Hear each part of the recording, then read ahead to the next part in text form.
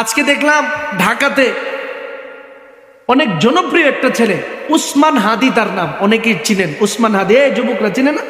উসমান হাদি একজন ব্যক্তির নাম, ঢাকায় তার এত জনপ্রিয়তা, আপনার ঢাকা ৮ আসনের মধ্যে মনে হয় নির্বাচন করুন। এই লোকটা সবসময় দেশপ্রেমিকের গুণ জাতির সামনে উপস্থাপন করে বলে সে যখন নির্বাচনের মাঠে হাঁটার মধ্যে মানুষ আইসে তার পকেটে 50,000 টাকার বান্ডিল দিয়েছে যে আপনি খরচ করে নির্বাচনের জন্য। সুবহানাল্লাহ বলবেন। আপনি যদি ভালো হয়ে যান, আমি যদি ভালো হয়ে যাই, মানুষ গরিব থাকলে ওই মানুষ 10টা টাকা দিয়ে হলে আপনাকে সহযোগিতা করবে যে এই লোকটাকে দিয়ে আমার দেশের উপকার হবে, আমার দেশের কল্যাণ হবে, এই লোকটাকে যেভাবেই হোক আমি সংসদের মধ্যে পাঠাতে হবে। কথা কোন ঠিক কিনা?